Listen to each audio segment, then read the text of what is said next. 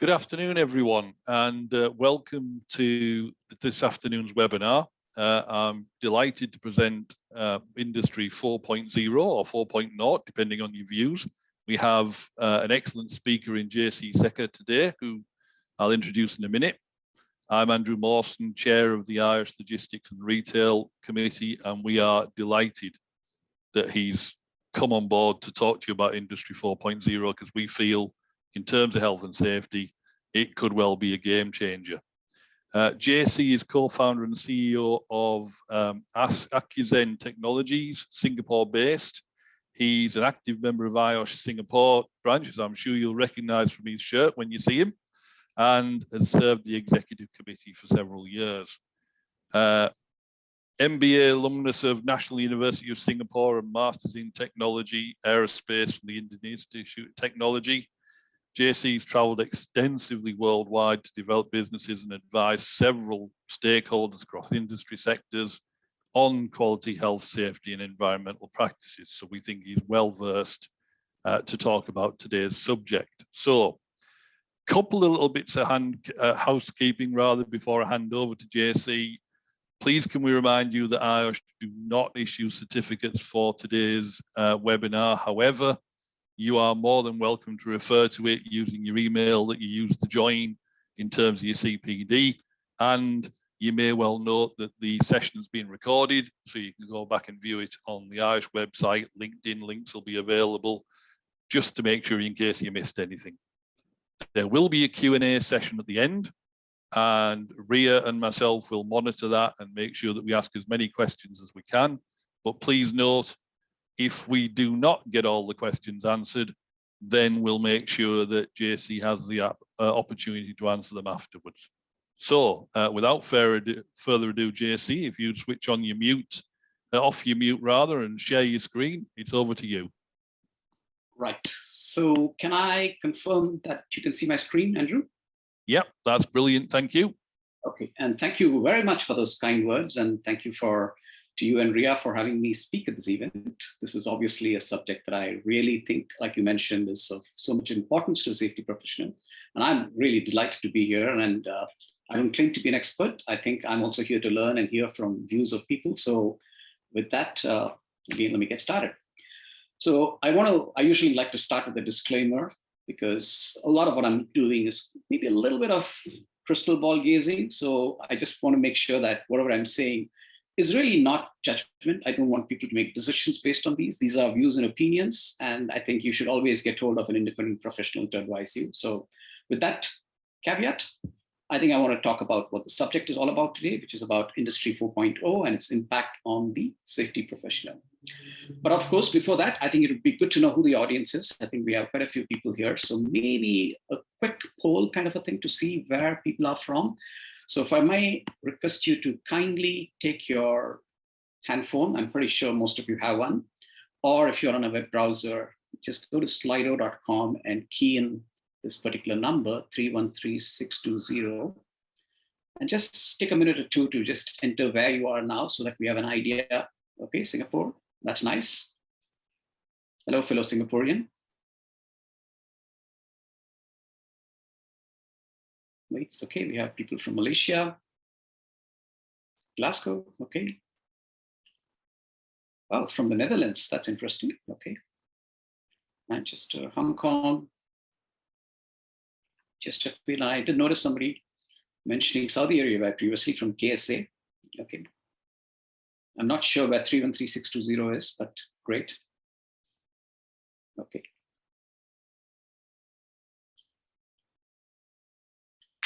Right, that is a good representation. I think Qatar.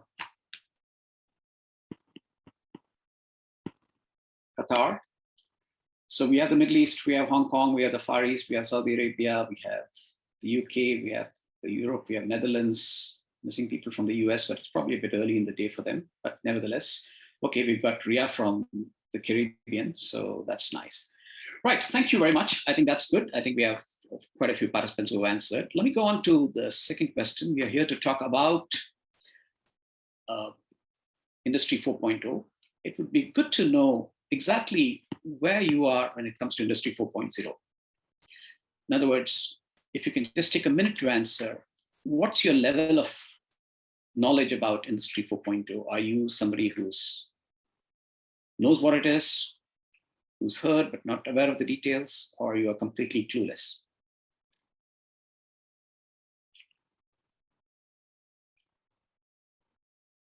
Yeah, just take a minute. Okay, nobody here considers themselves an expert, because if you had, I would have probably wanted you to speak, nor am I an expert for that matter. Right, that's a fairly good snapshot. I think most of us are in the same phase. I think, yes, we've all heard about it, but we probably aren't aware of a lot of the details around it. And it's good that many of you here are curious and you want to know what it is. So that's really a good combination. And as you'll see later on, I really think this is really early stages. So it'd be good to really collectively address the subject and find out more about what it is and how it's going to impact us. So that's really going to be the theme of this whole talk for the next 45 minutes or so, 45, 50 minutes. Right, let me go on. So where does this term Industry 4.0 even come from? Actually, this is a transformation all the way from Industry 1 to where we are at this point of time, which is 4.2. How did this all start?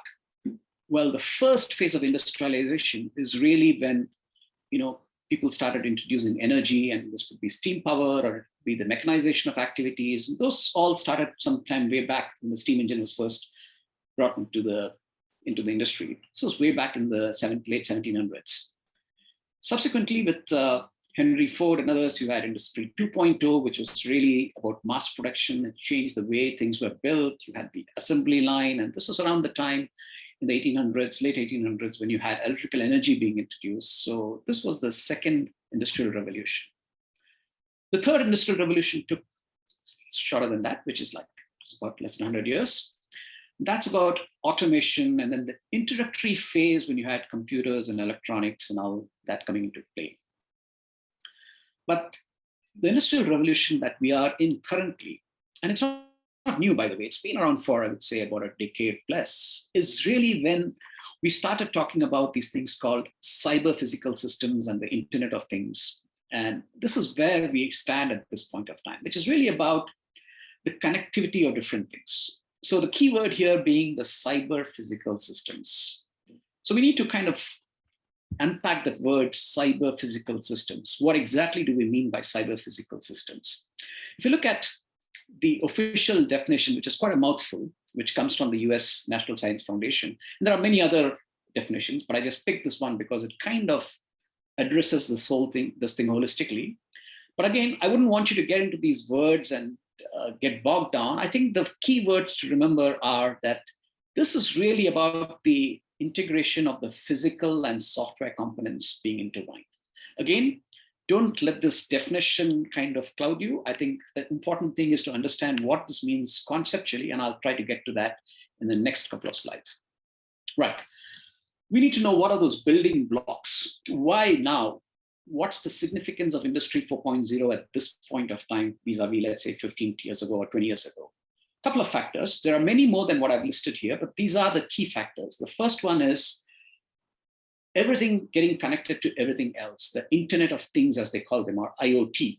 So today, when you have, it could be your smartwatch, or it could be your phone, or it could be your mobile, or whatever, all of these things are connected to each other. So that, again, is a source of big data. So we have data coming to us from multiple sources. I mean, whether it be the consumption patterns or whether it be the likes or dislikes, but you have data, enormous quantum of data that's being generated, primarily because there are so many things now connected to the internet. And that's also facilitated again by this thing called cloud. And it's just a way of saying it's somebody else's server. It's not my server in my premises, but it's somebody else's server. Cloud doesn't mean it's literally in the cloud. It's really sitting in a server that doesn't belong to you.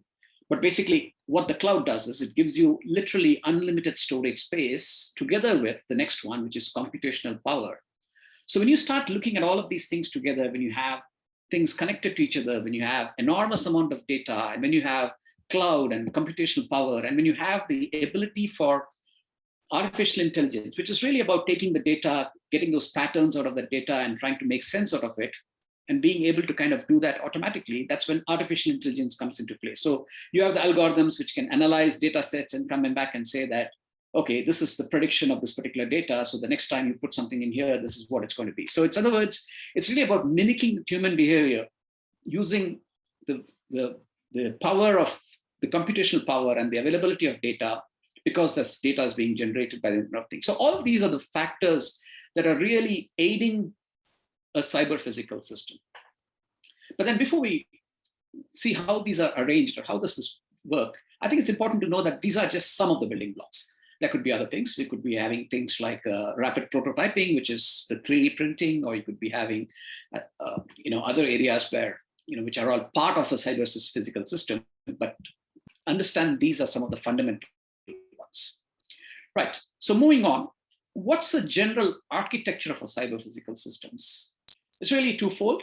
On the one hand, we said there's the physical system, and on the other hand, we have the cyber system. But then, like we said earlier, these need to be kind of connected. So you have the cyber and physical systems being connected through a cloud. And once that is there, when there's a physical system, this physical system has a whole lot of sensors through which there's the data that is collected. This data goes back to the cloud. And in turn, the computation, because of all the computation, you have the actuators which get actuated, and that communicates that message back to the physical system. I've kind of oversimplified the whole thing. It's probably not going to be as simple as this. Maybe it's a little more complex.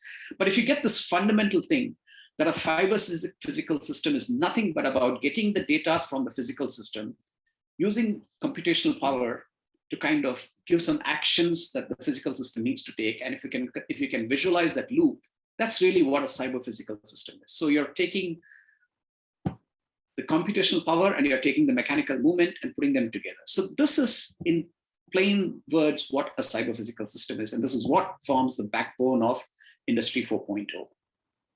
Let's look at a few examples of what could be a cyber physical system. There are many, I'm sure you'll recognize, and many of these would be familiar to you, but some typical examples. The first one being autonomous transportation. We're not there yet, but a cyber physical transportation system would be one in which the vehicles are all autonomous, they are linked to each other, there is the connectivity, the vehicle knows exactly how much movement needs to happen. Obviously, for this to happen, you must recognize there's the need for a great deal of connectivity and the latency between the networks that you're connected to, and you can't obviously have the delay between, you can't have something streaming, and because you need to move immediately. So you need to have a great deal of latency. So the technology has to advance, the connectivity, the 5G networks all have to come in place if you want to have a good operational cyber physical transportation system.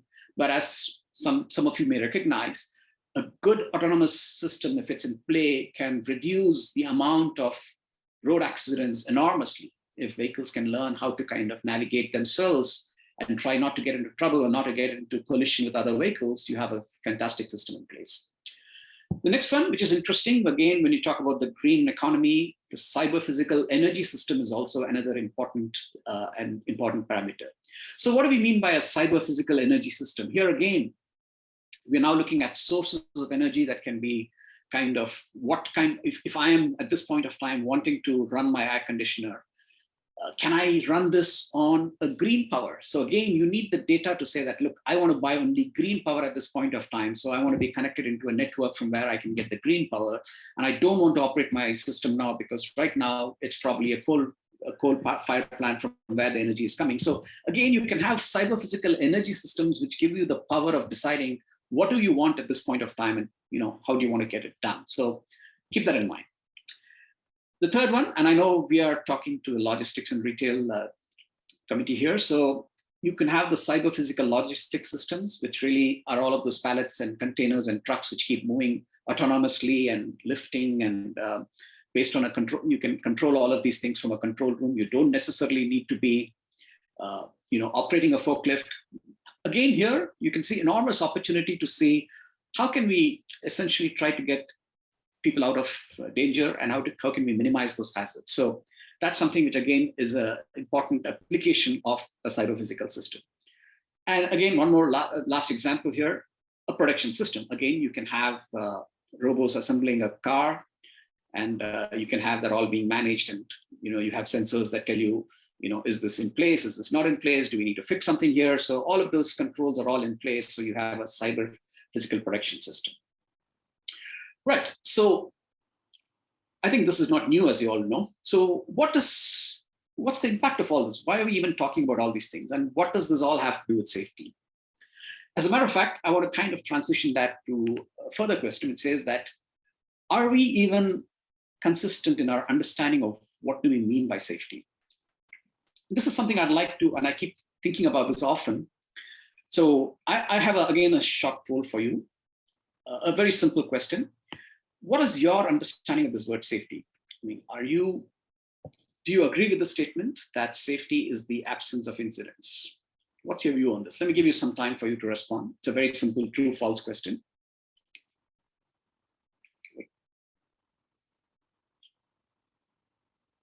Okay, I think we're getting some. Yeah, the responses are pouring in. That's good. Come on, guys, it's not a tough question. It's a very simple yes, no question.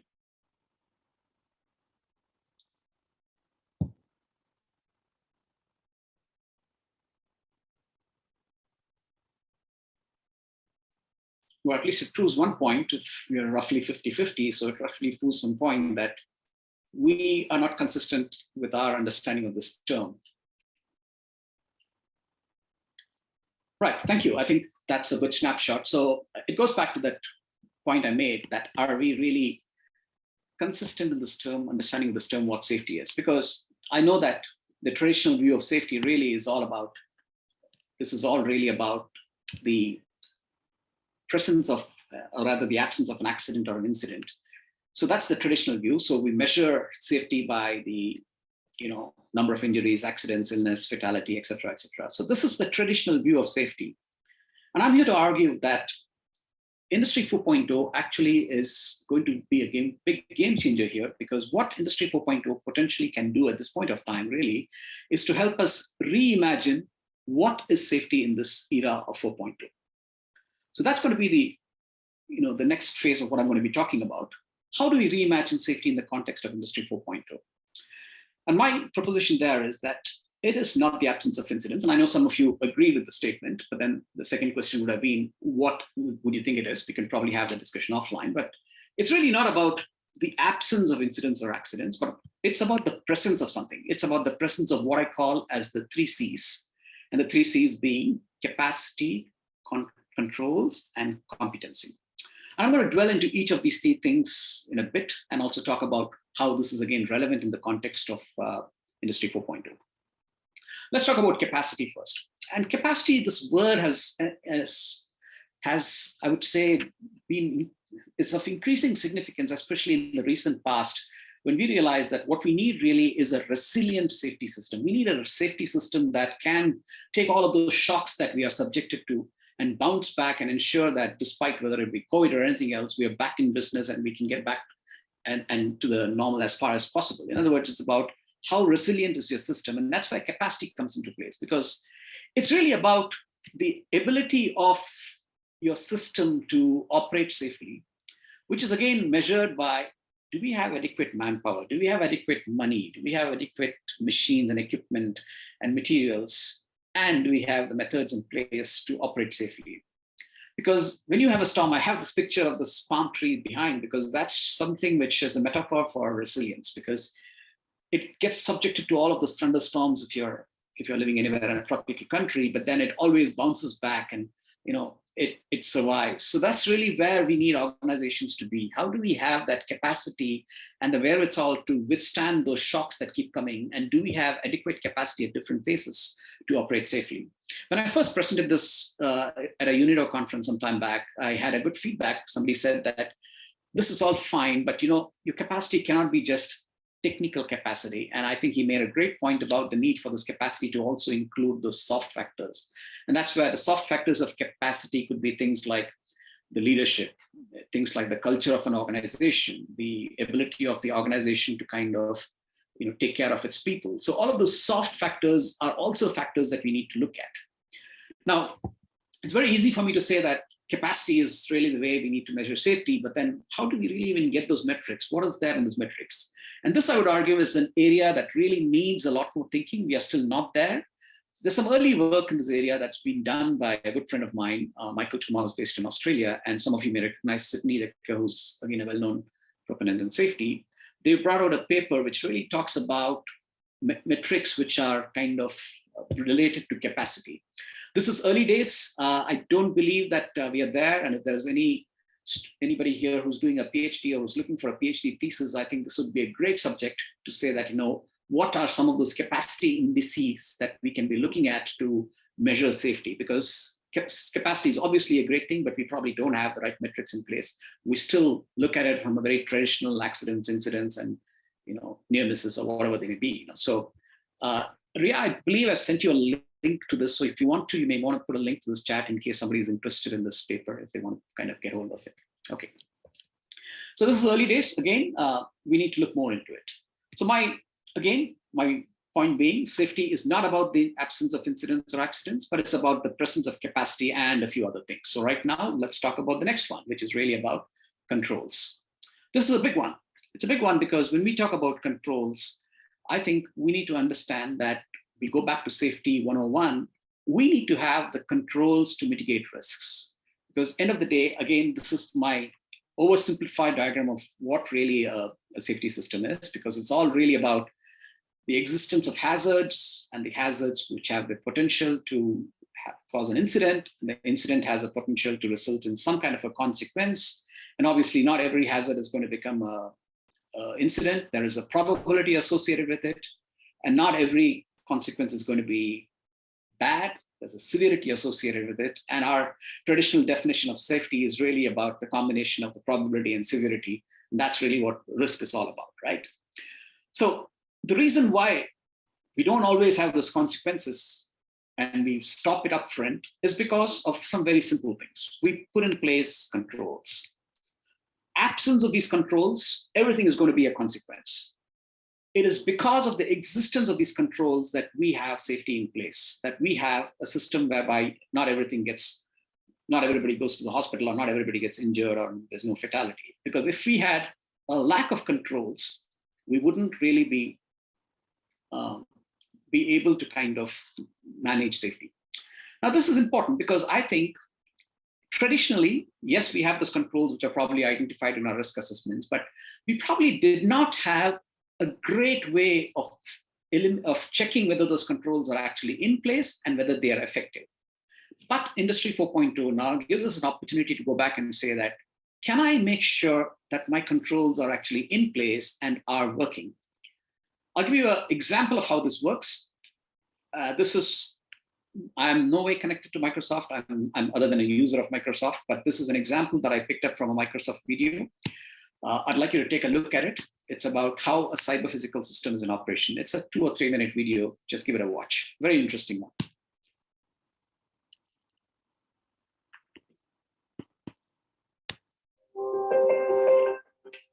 As our world becomes increasingly digitized, so does our ability to connect with it. Imagine if you could search your surroundings the same way you search the web. Using existing cameras and advances in AI, we can now find things and people in the real world in real time and take action to improve safety and well-being. When a dangerous spill occurs in a chemical plant, cameras recognize the incident. Information about the spill is instantly shared with the people who need it the most, enabling them to protect other employees from coming in contact with the hazard and clean it up.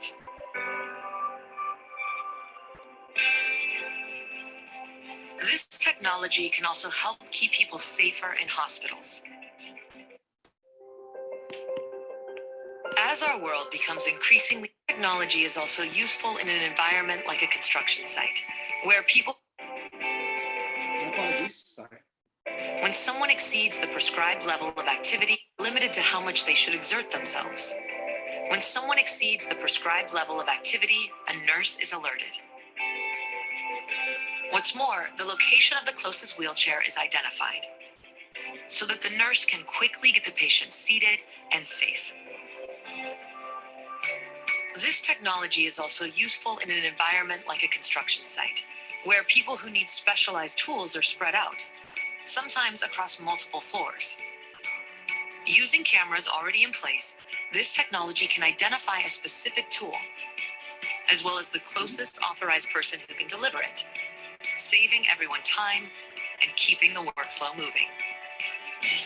The digital and physical worlds are coming together to help make everyone more safe, secure, and productive. And we're bringing the edge of Microsoft's cloud to any device. Good morning, everybody. Right. So that was an example from Microsoft, which is probably a little more high-tech than what most of us would like, but that's not all. I think not all Industry 4.0 solutions need to be very complex. There is a new development that's underway, which is kind of, we've already seen examples of it here in Singapore.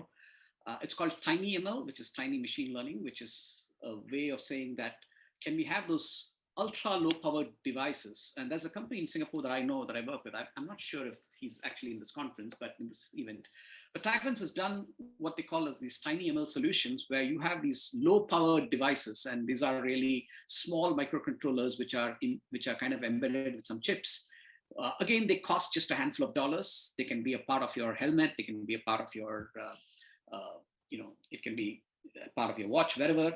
And they can take images, they can recognize, they can be trained to recognize, for example, the image of, let's say the sound of a harness that's being clipped. All of those things are ways and means of monitoring. Are we actually having a control in place? And is that really being measured? So the same solution can, for example, be, you can have an individual carrying that tag, and then you can know whether that person has has probably had a potential slip, which he probably did not report, or a potential near miss, which not a near miss, a potential fall, which he didn't report. But those things can all be captured. These are extremely sensitive devices, and then you can then map it out and say that, okay, in our built environment, or rather in our facility, which are those so-called areas where there are high risk of slips, trips, and falls from happening? Where are they, where there are unsafe areas? Where are those open edges? So you can have those microchips in cameras, which really don't even require much power, not very expensive ones too. And these can all be used now to essentially monitor your controls. And that's the key word here. So the presence of controls can now be monitored. We probably earlier take an excuse saying, yeah, controls are important, but we can just go and audit those controls. But the presence of those controls, we now know through dashboards and other things that, yes, those controls are in place and they're working or they're not working or whatever it may be. So that's where Industry 4.0 can have opportunity to kind of go back and look at the existence and the effectiveness of the controls. As a matter of fact, in Singapore, this is just a conceptual diagram by the Singapore Workplace Health and Safety Institute. There's the diagram of what a connected worksite would look like. And a large part of it is really about using Industry 4.0 techniques, where in this case, there's a drone that's doing an inspection. There's the connected workforce. There are the monitoring of the health parameters and various other things. Obviously, there are issues that we need to look in here in terms of privacy and other things, but I'm not getting into that at this point of time. So the point being that Industry 4.0 has an opportunity to really look at,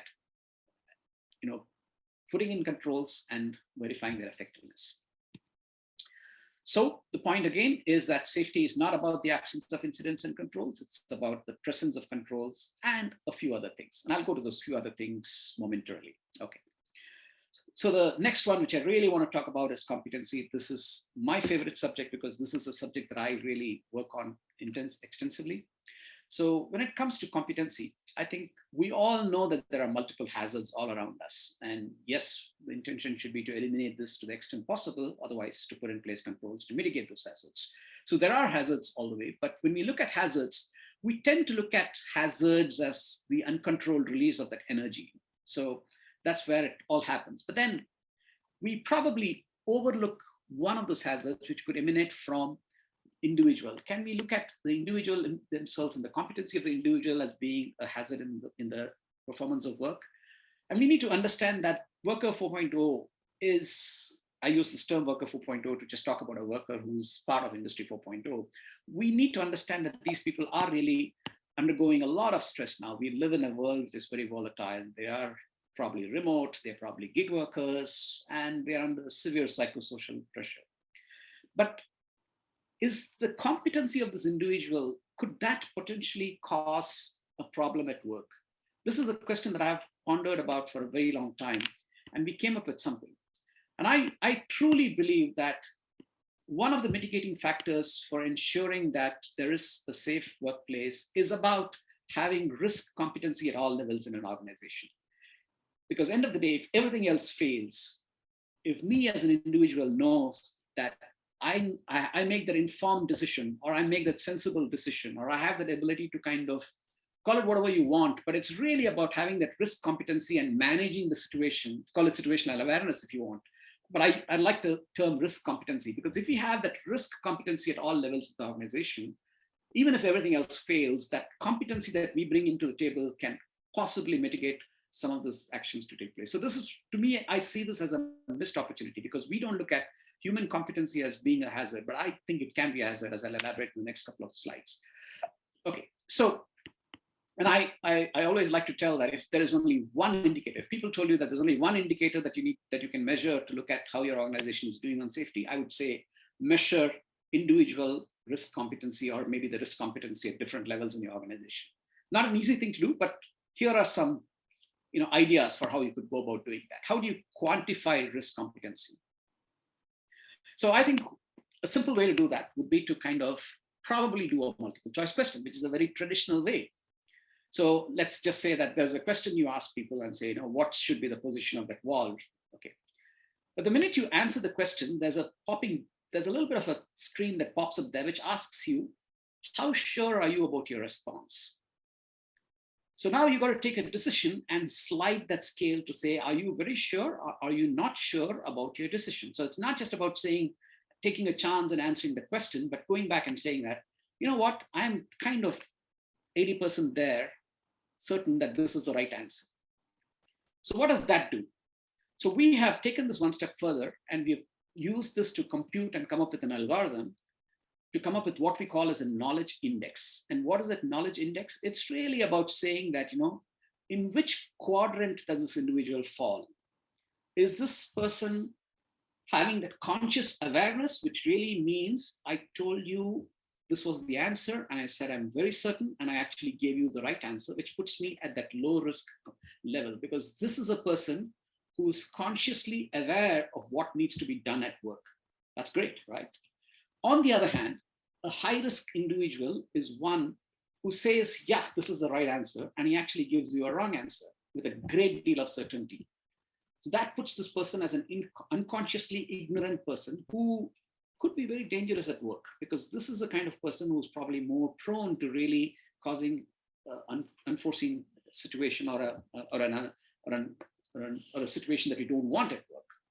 On the other hand, you could sometimes be unconsciously aware. You say you don't know, but you actually get the right answer. In some cases, you could say that, I'm consciously ignorant. You don't know. That's good, but at least that still makes you a risky person at work. So we've come up with a little algorithm that computes and says that, what is this knowledge index of this person, and where do we need to intervene? Because our ability to really intervene and get hold of where are these people who are probably having a low level of knowledge index, and how do we kind of ensure that these individuals don't cause problem at work becomes important. And this is where the aspect of, again, data collection and data analysis and monitoring becomes critical. And that's where, again, simple tools like this, simple applications like this, though they may not be traditionally the industry 4.0, they are actually solutions which are aiding the industry 4.0, because here is where you're looking at something that's measuring the ability of individual to and his risk capability, if you will. Okay. So that's the third C. So putting them all together, I would say that we need to consciously start looking at safety as being not the absence of incidents or accidents, but about the presence of capacity, controls, and competency. And if we can put these three things together, I think we have a way of really leveraging the industry 4.0 tools and then coming up and saying that, how can we be better in our safety performance? Let me take this to the next level and say, so what does all this mean for the OSH professional? So let me use the term OSH Professional 4.0. I think several things. I'd like to kind of summarize it by saying that it requires us to change our outlook. And how do we do that? The first thing is, I think OSH professionals tend to be looking at themselves as enforcers. So we have this policy, we need to enforce this policy. So let's go ahead and take a checklist and make sure that everybody's following the rules. I'm not saying that's not required, but I'm saying that in balance, as we move towards Industry 4.0, a lot of the enforcement will probably be taken over by technology. You can have those cameras that really go back and say, is this guy wearing his face mask? Is this guy doing his, putting on his harness, all that stuff. So you can have enforcement that's largely measured with technology. But then what's the role of the OSH professional? The OSH professional needs to transition to becoming more of an enabler. I think I previously used the term explainer. You've got to be a good enabler and facilitate the performance of work. And you need to be a good explainer. It's not about going and enforcing the what, but explaining the why. We need to explain the why and see that how do we ensure that people do what they need to do, because we know the why behind it, and we explain to them what the why is, and use that as an opportunity really to, again, going back to my previous point about increasing the competency of people within the organization and the risk competency of the people there. So move from being an enforcer to an enabler, because enforcement will be taken over by technology eventually. And if you are going to be taking pride in saying, I'm an enforcer and I'm going to be putting on my safety hat and firing people left, right, and center, that's probably not going to work in Industry 4.0. So start becoming an enabler if you're not already one.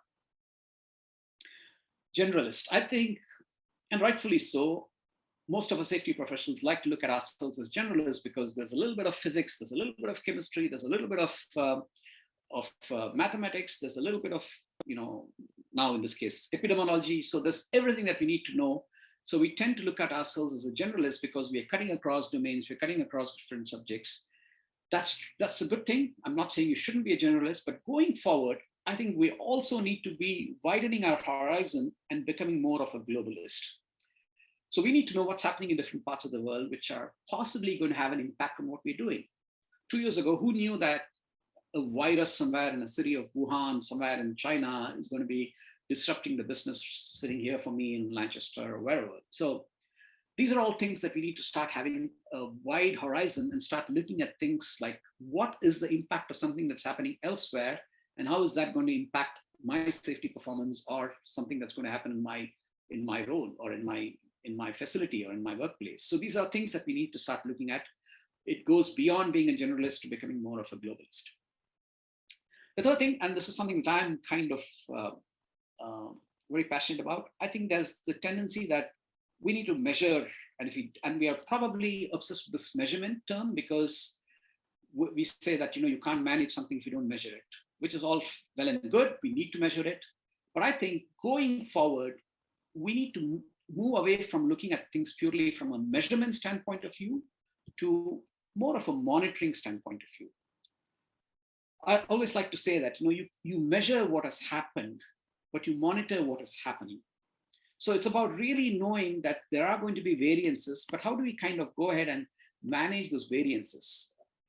With monitoring, I could be talking really about saying that what are those trends that I'm having? You've got to get comfortable with saying that, this doesn't look nice. This looks like, well, we are probably within the limits, but it looks like our trend lines are not looking good. So you've got to start looking at things more from a perspective of what's happening now and what could potentially go wrong, versus going back and looking at spreadsheets and saying that, okay, here is my performance data of the past 6 months, and we've measured it and we've reported what's measured. So it's about constantly monitoring it. So you've got to have looking at dashboards and get comfortable with data and get comfortable with the trends, and visualization and all that stuff is important, because it is less of measurement and more of monitoring, because you're going to be inundated with a lot of measurements and a lot of data. And if you don't know how to monitor that, you're probably going to be in trouble. So think away from measurements to more of monitoring. Right. The next one, again, one of my favorites, we tend to be very content focused. And by this, I mean that, are we really going to be the expert of every subject? Do we need to know everything about everything? Probably not, because quite honestly, there's a lot of content out there. If your focus is really on content and saying that, I'm going to give you all the rules and I'm going to memorize all those rules and try and put that in place, it will work. I'm not saying it's not going to work, but I think we need to make a conscious effort to also take the other half of the pyramid, other half of this content, which is really something which I like to think about. Because when you have robots, what is that one thing that a machine can do, or rather what you can do, which a machine cannot do? I know you can't respond, but there's one thing which you can do, which a machine cannot do, which is really about contextualize.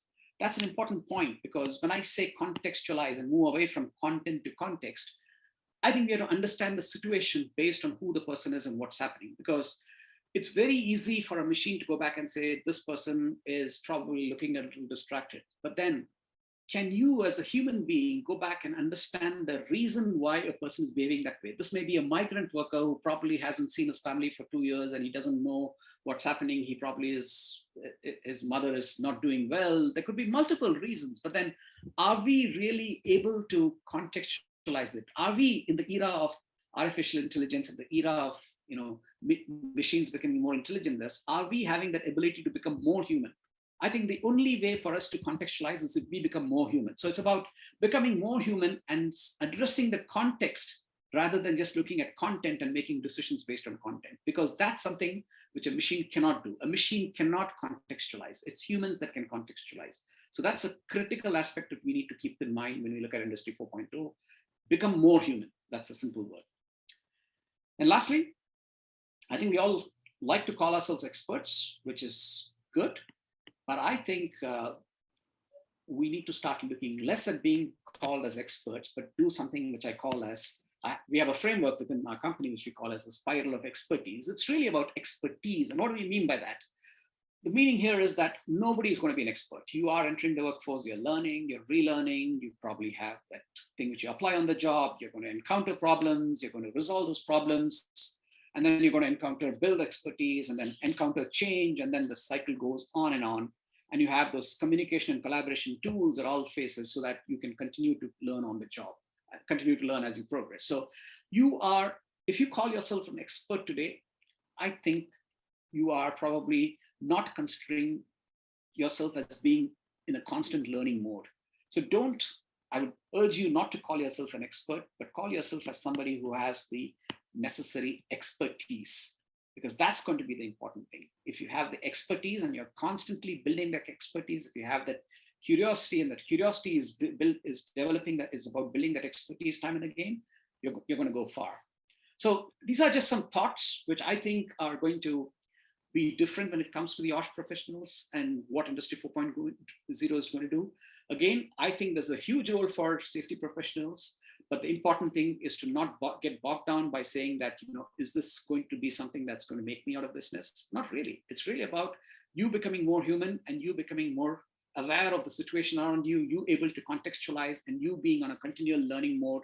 If you can do all of that, I think the Industry 4.0 professionals can be very, very, very successful. Which leads me to a question, actually. Based on what you've heard so far, and even based on your typical understanding, what would you believe is the most important skill for an OSH professional or a general professional, for example, to thrive in this era of Industry 4.0? So let's go ahead and ask that question. What would you consider as the skills? Take a word or two, put it in the word or two, and just give a few responses. The same Slido thing, you should be having it live, otherwise. Curiosity, that's great. Being human, absolutely. Flexibility, wonderful. Ability to listen without bias. Being human, great. Adapt, empathy, resilience, absolutely. Kindness.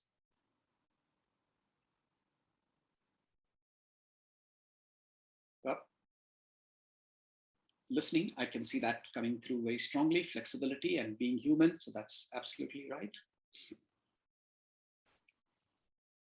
Come on, we can have a few more responses. Systems thinker, that I like that. Okay, teachability, bias for action, porous. I'm not sure what porous means, but yeah, okay. Morality, absolutely. Communication, being human. Yeah, these are all great points. Let's get a few more coming. I think I'm loving it.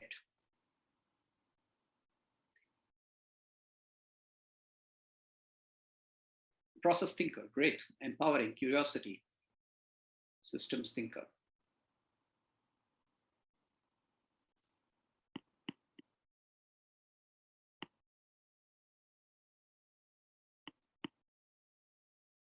Yep.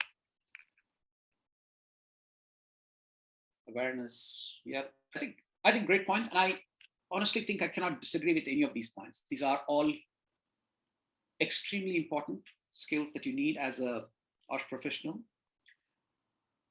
Thanks. I think this is a great collection of things that we need to be looking at. Yeah. Not afraid of change, indeed. Enabling, process thinker, lifting people up. Okay, I think we've got a good bunch of responses. So, like I said, I can't disagree with any of these. They're all phenomenally good points. But I have a point to make, which is about what I personally believe is most important, and that is really about simply looking at those dots and trying to connect those dots. That, to me, the ability to connect the dots is probably the most important skill that we need to do. I say this because I think there is going to be a lot of noise. There is going to be a lot of noise around us, and there is going to be different things that we are going to be facing. We probably, in a VUCA environment, in a volatile, uncertain, complex, and ambiguous environment, we probably are not going to understand those cause-effect relationships that easily.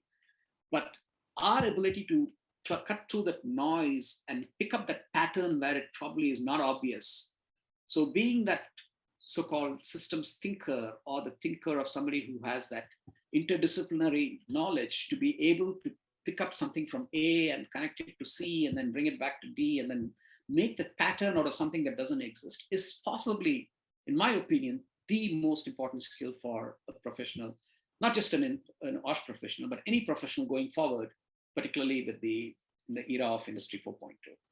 So again, thank you so much for sharing your thoughts on what should be the professional's outlook, which really leads me to a few key takeaways, which is number one, it's not that Industry 4.0 is not here, it's already here. It's here and now, and it's going to change the world of work. We probably need to, as safety professionals, look at safety in the context of Industry 4.0, which is not about absence of something, but about the presence of capacity, controls, and competency. That's probably going to be a big differentiator. And if you want to be successful as an OSH professional, there is a need for you to continually build that expertise, because every day there's going to be a new learning that's probably going to be making a difference to what you already know and going to make a big impact on what you already know. So there's the need for you to continually build your expertise and adapt to Industry 4.0 as it happens. And that's going to be resulting in a safer world for everybody. So that is really my summary. Again, I'm happy to take any questions. For those of you who want to connect with me, there's a little QR code there. You can connect with me on LinkedIn. Happy to do that. Otherwise, you have my email ID. Happy to chat up at some point of time. But at this point of time, Ria, if you have any questions for me, or if you have any questions in the chat, happy to take that. Sure, excellent presentation, JC. We have a couple of questions. So the first one, will psychological safety be a part of Industry 4.0? And shall mental health be one of the factors to consider with regards to safety? I don't think anybody can deny that these are critical factors, because these are really the human aspects of safety which come into play. And Industry 4.0 doesn't mean you're taking the human out of the system, but it's really about having the ways and means to really say that, is there a way we can capture some of these things upfront? You know, are there indicators in place that we can look at to say that at this point of time, this person, based on maybe some of the performance trends that we see, is likely to be having an issue at work, and we need to kind of intervene and help this person perform better at work. So absolutely yes, but we probably need to have better ways and means to proactively discover some of these things before they happen. Okay, so another question. When we think about Industry 4.0 for the occupational safety and health practitioner, two things usually jump out. It's big data and analytics, because as a safety professional, a core function is trying to do trending and analysis to predict what's going to happen and where we need to focus our efforts. And aligned with that comes predictive modeling and cybersecurity. So in your view, do you envision that roles, digital specific roles, will be tagged on to a health and safety professionals portfolio, and especially now at this time where everything is digital, it's, you know, everything keeps evolving. It's computer-based, cloud-based. So a couple of years ago, quality aspect was tagged to health and safety professionals portfolio. So now do you think cybersecurity would be one of those tags? I think it's hard to give a yes, no answer to this because it really depends on the size of the organization. And again, like I like to use the word context and the context of the organization, because maybe if you're a mom and pop shop and if you're having 2 people, then obviously everything's going to be your role. But then cybersecurity is, again, as is Industry 4.0, is an evolving field where you're going to have a new hazard popping up every few. I mean, there's a bot that's probably attacking your server right now, which you don't even know about, right? So there are going to be new hazards popping up every day, literally every day, every minute. Okay. And I don't believe that unless you have the depth of technical expertise to know how do you manage cybersecurity, that you can do this. So I run a tech company, but even within our tech company, we really need a lot of expertise to deal with cybersecurity. It's not just one individual who can do this, because somebody who can do cybersecurity on the cloud is probably not so good with cybersecurity of an application. So it's a very vast domain, and it really depends on what you're doing. I think it would be a little far-fetched to expect a normal safety professional to be dealing with all core cybersecurity issues. Could it happen? Maybe. It depends really. If your organization is resource constrained, it could become a responsibility of a safety professional for all you know. Yeah. Okay. So all this technology removes the human element or human involvement, or changes the involvement in human interface. So hazards will change. What changes do you foresee? Well, I think there is the risk that, when we look at machines dealing with everything, there's the risk that, we become complacent. We become a little complacent because we believe that everything's going to be hunky-dory, but that may not necessarily be the case. So there is, even if you're replacing everything, there is the need for you to be constantly monitoring what's happening and looking at trend lines and seeing where are those so-called unfavorable trends. So your role should obviously be monitoring data sets and trying to make sense of the data. So to go back to the point, your ability to kind of visualize things and see where is that next potential hazard likely to come from.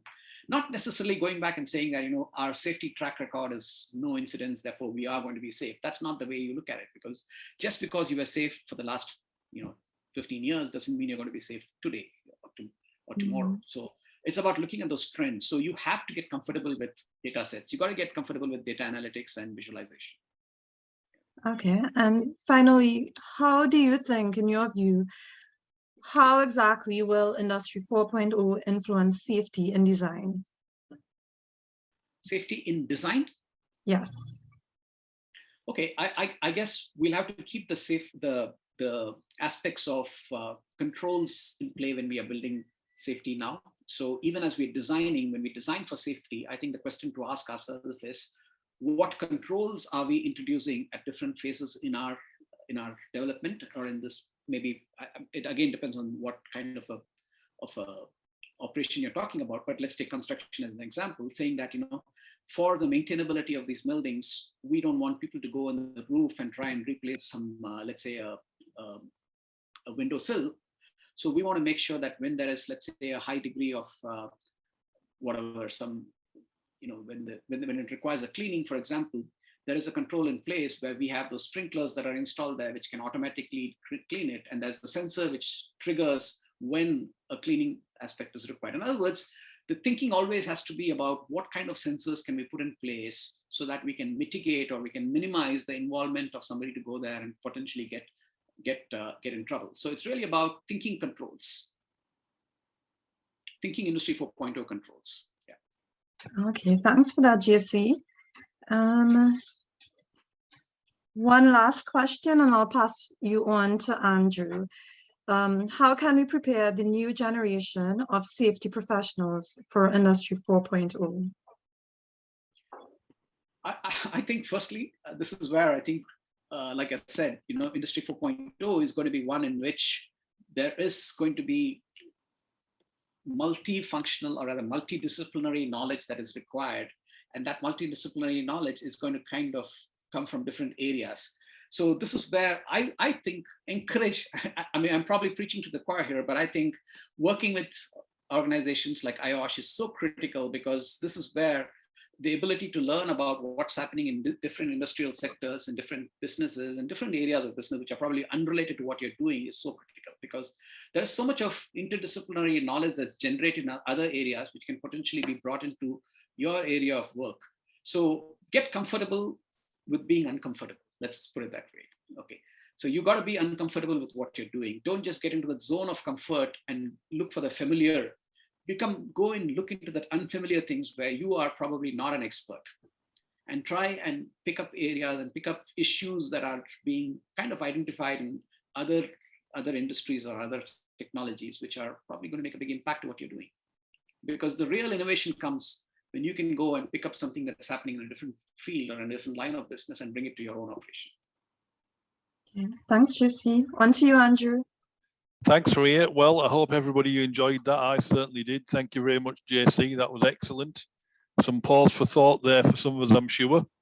And, watch this space. I think there's an opportunity as health and safety professionals to maybe take a look at 4.0 or 4.0 in greater detail for ourselves, decide if we're going down the right route. But as JC's already kindly said, you've got his details there if you'd like to interact on LinkedIn, etc. Thank you to everybody for taking the time to join us today. We hope you found it useful. And that's it from us. Thank you very much indeed. And we'll all say goodbye. Yeah, thank you to the audience and for all the questions. And thank you, Ria and Andrew, for hosting this. I've really enjoyed it. Thank you once again.